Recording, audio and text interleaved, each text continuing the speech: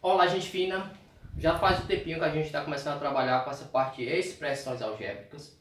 A gente já viu que em qualquer momento em que utilizar uma letra para substituir um número que eu não conheço, em uma determinada expressão, a gente vai ter uma expressão algébrica.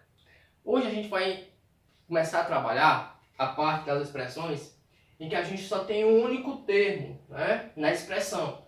Nesse caso a gente vai ter monômio ou termo algébrico. Nas expressões que a gente tem mais de um termo, a gente vai ter os polinômios, que vai ser assunto em nossas aulas posteriores. Então, para a gente começar, vamos entender esse problemazinho. E o seguinte: qual a expressão algébrica que representa o perímetro do triângulo? Se está referindo-se a uma expressão algébrica, a gente sabe que vai envolver letras ou letras e números. Nesse caso, a gente sabe que o perímetro seria a soma dos três lados deste triângulo. Então seria P mais P mais P. P mais P mais P vai ser igual a 3P. Tá certo? Então a expressão algébrica que a gente vai ter neste caso seria 3P para representar o perímetro deste triângulo. Outra forma da gente determinar o perímetro deste triângulo, como os três lados são iguais, era você fazer 3 que multiplica P 3 vezes P, 3P. Veja que nos dois casos a gente chegou na mesma expressão algébrica. A gente vai ter números e letras representando o perímetro deste triângulo. Nessa segunda, e o seguinte: uma torneira gotejando desperdiça Y litros de água em 1 hora. A expressão algébrica que representa a quantidade de água desperdiçada em 5 horas é... O que a gente sabe? A gente quer saber, em um total de 5 horas, quanto vai ser desperdiçado? Muito tranquilo. Qual é o tempo? 5 horas. Em cada 1 hora, desperdiça quantos litros? Y litros. Então vai ficar 5 vezes Y. 5 vezes Y é igual a 5Y. Então essa seria a expressão que representa a quantidade de água desperdiçada em 5 horas desta torneira. E o que é comum nesses dois casos? Tanto aqui nessa expressão de cima, como nessa expressão de baixo. Que nos dois casos a gente vai ter os monômios. E o que seria monômio? Denomina-se de monômio ou termo algébrico toda expressão representada por apenas um número, ou apenas uma variável, ou por uma multiplicação de números e variáveis em que a variável não esteja no denominador ou no radical.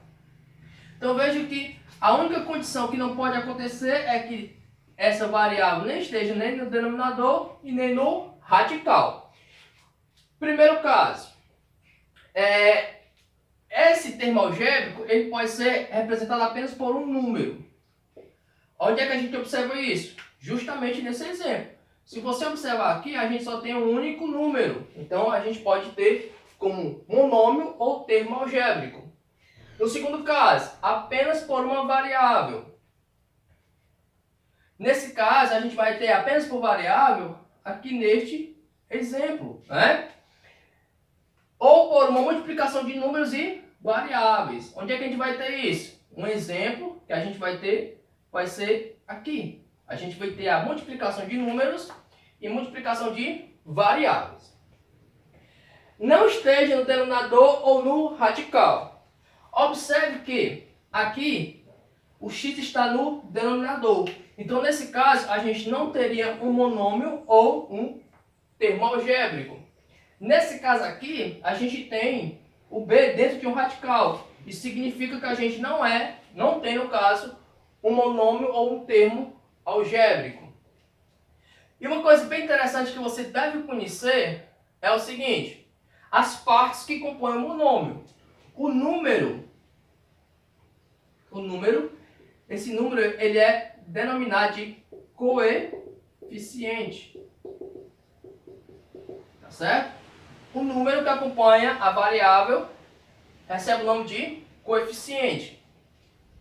E a letra que acompanha o número, ela é chamada de radical. Mesma coisa acontece aqui. O que seria aqui no caso o 10? O 10, no caso menos 10, né, porque aqui o sinal é negativo, ele vai ser o coeficiente. E esse termo aqui, ó, A3 ou A ao cubo B, vai ser o radical. Aqui a gente só vai ter quem? O coeficiente, porque só tem um número. E o radical? O radical não tem. Aqui nesse caso, você observa que a gente não observa nenhum número. Quer dizer que nesse caso não tem coeficiente? Tem, gente. É só lembrar que se você multiplicar qualquer número por 1, não vai ter nenhuma influência no resultado.